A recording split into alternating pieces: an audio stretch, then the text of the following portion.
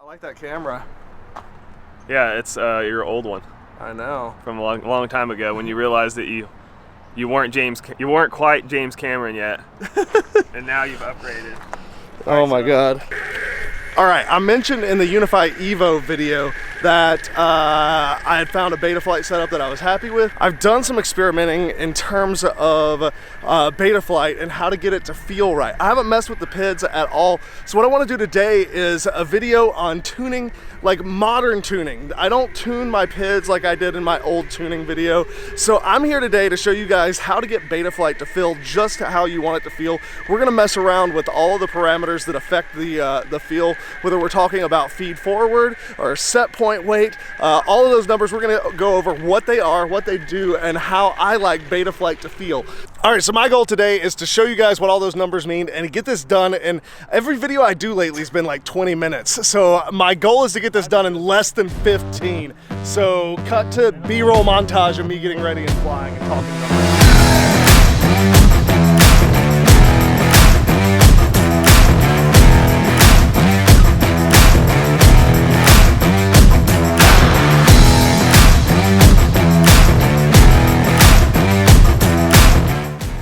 People want to see my Velociraptor grip today? This quad, I realize, is now running 4.0. Now I've pulled up and kind of skimmed through the tuning tips for Betaflights 3.4, 3.5, 4.0, like all of those still apply. It basically is where the Betaflight devs take a minute to explain the new features and what they're doing. Now this guy here is fully stock minus the basically just anything that needs to be set up in terms of like remapping motor pins or setting my rates. So I got a little screen grab here with my current rates so that you guys know what that is. Okay, let's talk about the general settings that I have other than standard settings on the configuration page.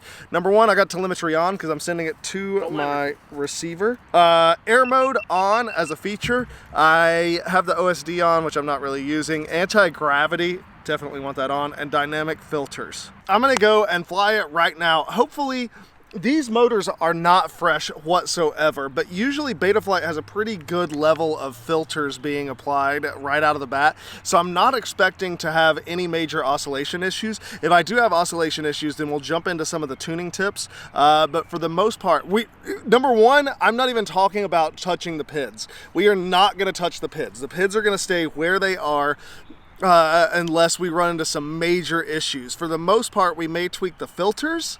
I mean, if it comes down to it and they recommend touching the PIDs, I will go for the PIDs, but it's mostly going to be filters and features, and mostly going to be towards stick feel. I'm assuming that when I go and fly this, we're not going to hear any oscillations. Everything's going to be just fine, and then we're going to talk about what features feel like what. All right, let's go do that.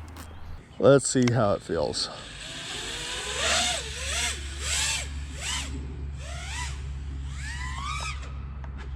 Sounds fine.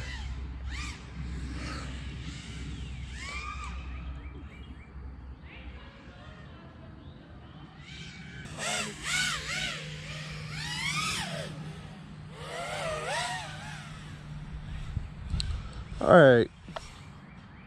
Doesn't feel bad. There's not any bounce. It doesn't sound bad, but it doesn't feel particularly smooth and buttery like I like it either.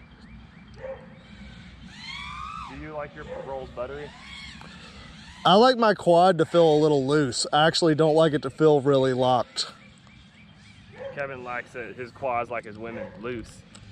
I like to have to feel like I'm correcting for something. Yeah. I don't know why, but I prefer it loose too. Or loose-ish, not super loose. Yeah. Yeah. You like the option of countering it kind of? Yeah, and if I'm being really like harsh on it, it's gonna look like crap, so it forces you to be really smooth on everything. 30 seconds. Damn, you got a wide ass GoPro on your... Woo! I don't know how I got lucky clearing all that. Why do you keep flying towards us, bro? I'm not. I'm also not getting surprised when I see us. Oh, that's fair. So she is like straight out from your body on the other side of the circle, you know what I'm trying to say? Like the way you're flying there, but further out. Yeah, there's There's like scraggle trees 20. to be aware of. Okay, so, but for the most part, the quad on stock settings feels just really 17. locked, but kind of 16. like not really tight, but not really loose A either. little robotic, Yeah, 14. yeah, a little bit. not overly tight, not overly 13. loose. All right, so that flight on all the stock settings felt mostly like it was just it's fine, nothing crazy, nothing great. But there was like one point where the quad broke loose, and what was happening when it broke, when I say broke loose, what I'm referring to is there's a moment where I'm commanding something with the sticks and the quad quits doing exactly what I'm commanding. It can be for a number of reasons. The PIDs are too low, the flight controller gets confused on what axes it's on, so many different things, but this is one of the changes that I made last week that I wanted to mention to you guys here. Now, that is I-term rotation. Now, if you look at this, the explanation of that right here, it's on the PID tuning tab. Rotates the current I-term vector properly to the other axes as the quad rotates when yawing continuously during rolls and when performing funnels and other tricks. Basically, when you start mixing multiple axes in at the same time, without turning this on, the I-term can get confused and it can basically cause some of that breaking loose, as I described it. So all I'm going to change right now is I'm going to turn on I-term rotation, and I'm going to go fly, and I'm going to mix up the, all of the axes and see if I can get it to break loose again. The absolute control, which is an effect of how I-term rotation is determined, will someday replace it. In order for that to properly work, you need your I-term relax set to RP and Y. I liked my I-term relax to be set to set point versus gyro. Gyro, it's waiting until the gyro on the quad tells it that it is rotating too fast. Set point is going to read that off of your stick inputs. Now, I didn't mention it before. I'll try to see if I can highlight it and show you guys in the video, but I'm not sure that I'll exactly remember it. I just know that I was mixing the yaw and the roll, and it got kind of loose. Now, I'm going to see if I can recreate that, or if this just completely goes away. So that's the only thing I'm changing right now.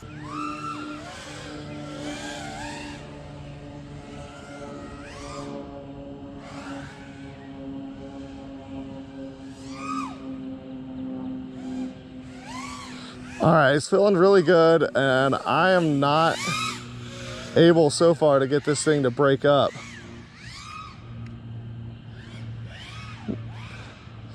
I did one really sharp. After turning on I-term rotation, I wasn't able to get it to break loose anymore when mixing a lot of axes in fast maneuvers over trees. I was even going faster and harder and weirder than I normally would, and it still felt pretty much locked to what the stick commands were. Let's go back over here to PID tuning and talk about a couple of these other ones. Now, the VBAT PID compensation, I've never felt a need for that. I never felt like I was getting oscillations on certain settings and not on others, so I've always just left that off. I'm going to continue to do that. One of the things that I turned off on the other quad was the smart feed forward. Now let's just go look real quick at our tuning tips for Betaflight 4.0. There's so many things that have changed here. We're only going to be talking not about trying to get the best flying quad with beat up motors and all that, because that is like a science unknown to me. If my quad oscillates, usually I just swap out the motors. This one, the motors on it, to be 100% transparent, the bells have slipped, they are jank. Look at how like scarred up they are. I literally took pliers to them and pinched the bells shut so they would run today. So the fact that I am getting oscillation free to oscillation functional footage alone on stock settings, ding. The only thing is that I feel like I can improve my, what's it called? Just the feel overall. Okay, so another thing that we need to talk about is feed forward transition. Now let's see what it says right here. With this parameter, the feed forward term can be reduced near the center sticks, which results in smoother end of flips and rolls. Basically what feed forward does is it relaxes the D term when you give it sharp stick inputs, right?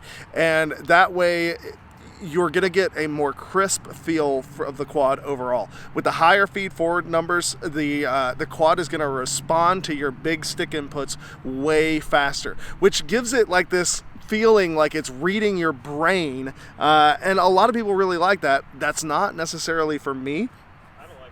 I don't like that. And so we're going to test it out with a high feed forward number, and I'll tell you how it feels.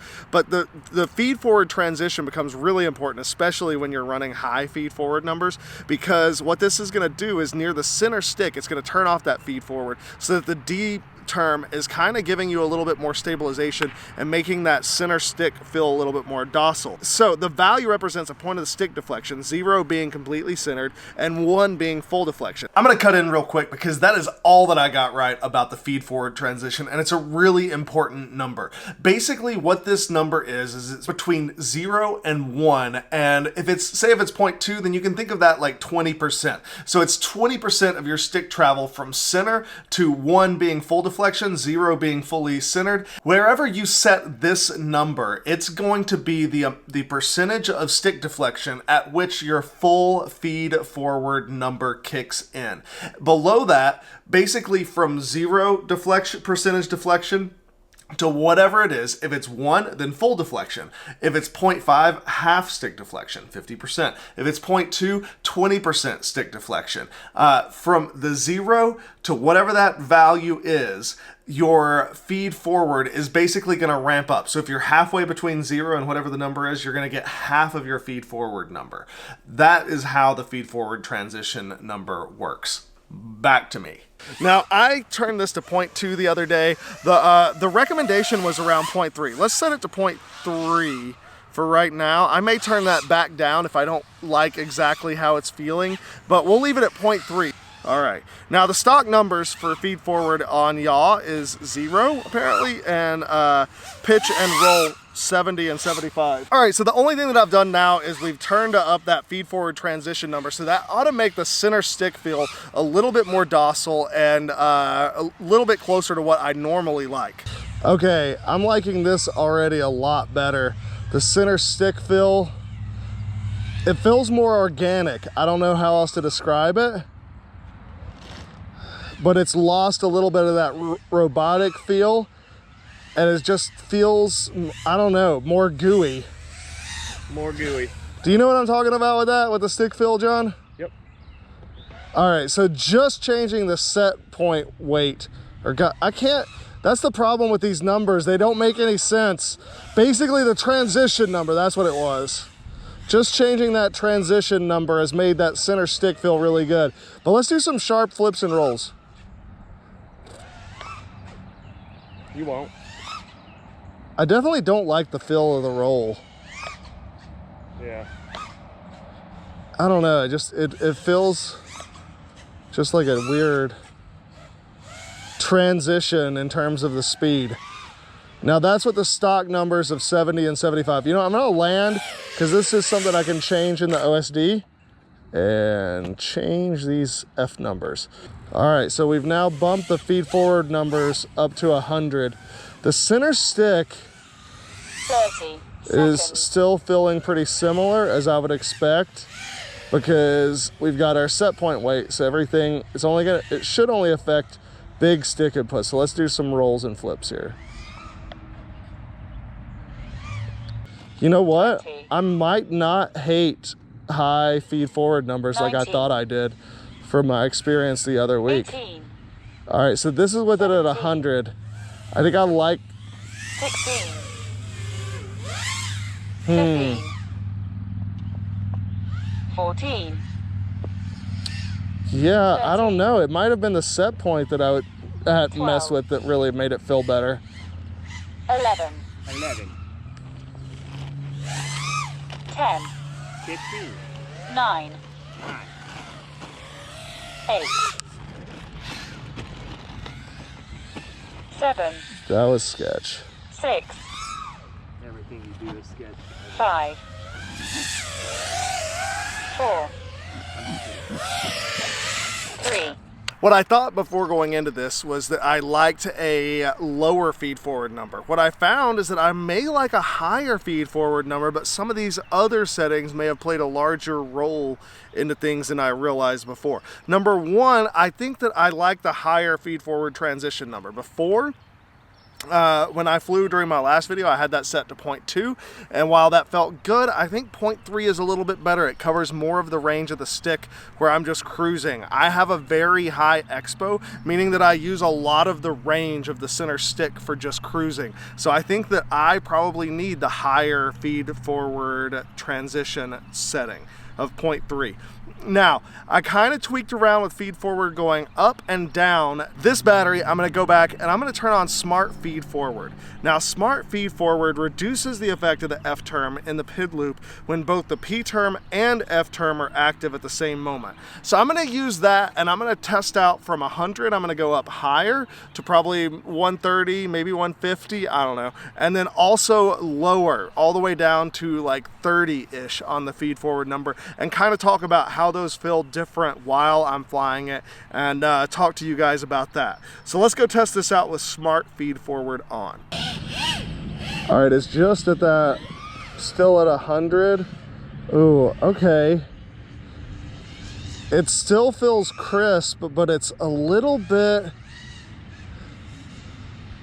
I think that this, okay, these are definitely the selections of settings that I ended up with last time, but the feed forward numbers are very different.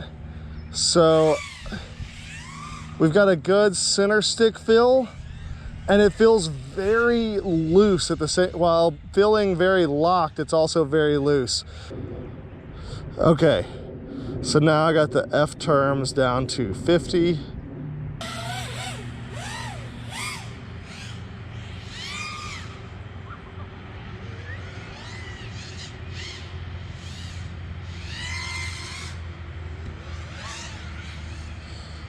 Okay, so this is the low feed forward numbers again.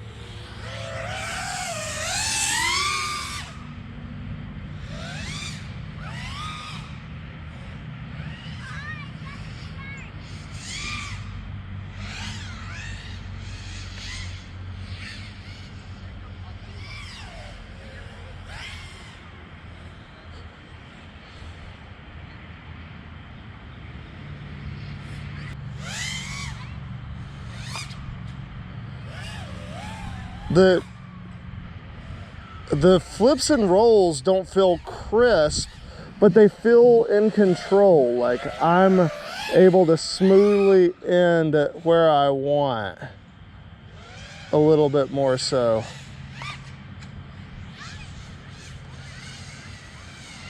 Thirty seconds.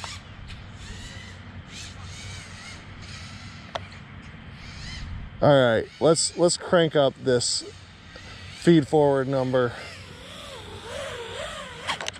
So that was feed forward at 50, not even as low as I had it before.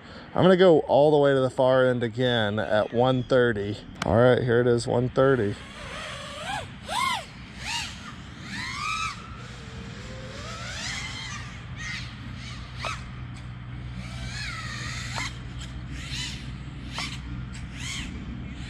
I don't know if 130's the right, oh, okay.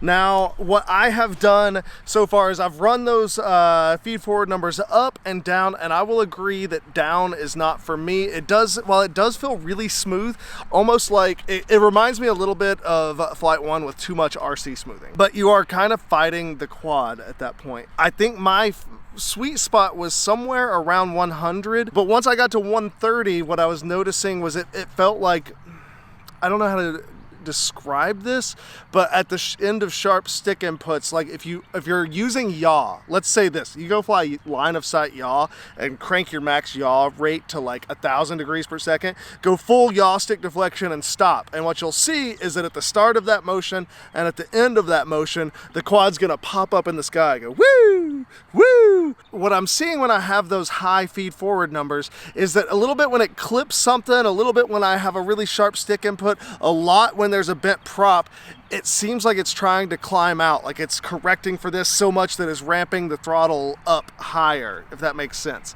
So I think 130 is definitely too high for me. 100 seemed good. I think I could probably get away with 110, but I'm gonna stick with 100 for now. And if I were gonna fly this is where I would stop. Smart feed forward on, I-term relax RPY, set point, I-term rotation, on, and I didn't even mess with absolute control. I'm not going to at this point. That is gonna wrap it up for me in terms of what I'm gonna be testing out today. The sun is almost down. Now, I hope that you enjoyed this. I hope that you learned something today. You know what? I did not learn, I did learn something today. I didn't learn what I thought I was gonna learn. I thought I was gonna maybe learn about some new settings from reading those tuning notes and everything. I'm experimenting with different tool holders. This is my current little tool setup.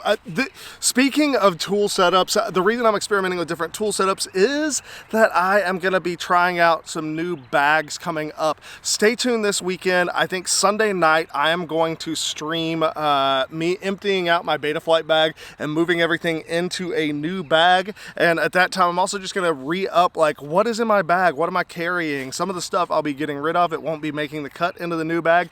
I may be adding in some new stuff into the new bag. So if you guys wanna check that out, come by Sunday night, time down below. We'll figure it out between now and me editing this video. I am just gonna go and fly some more packs. One thing that I just want to tell everybody, the reason that in this hobby it's important to experiment, right?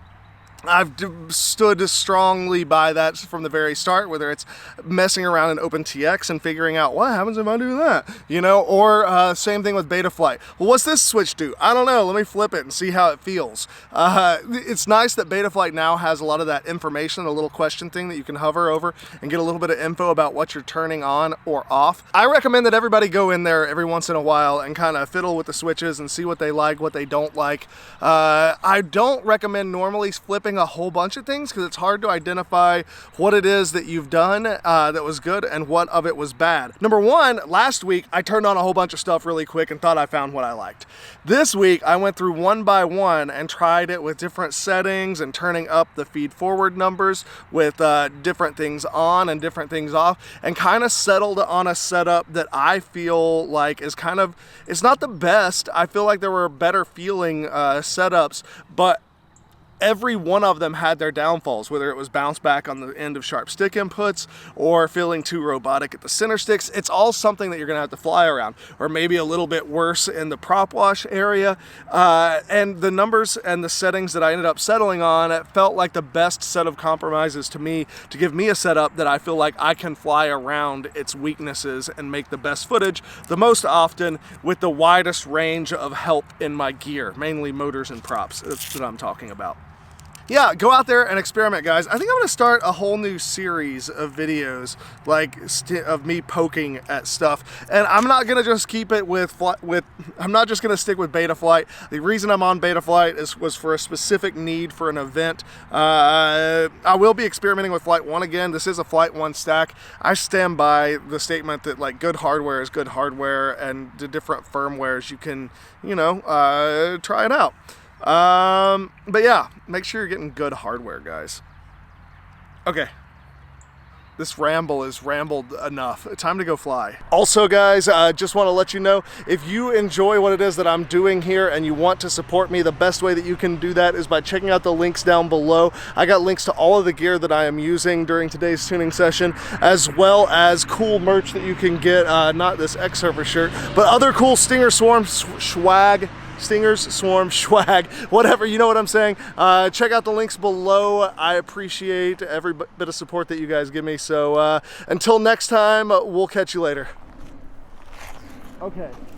My arm is killing me. I don't know if this lens is worth it or not. 30 seconds.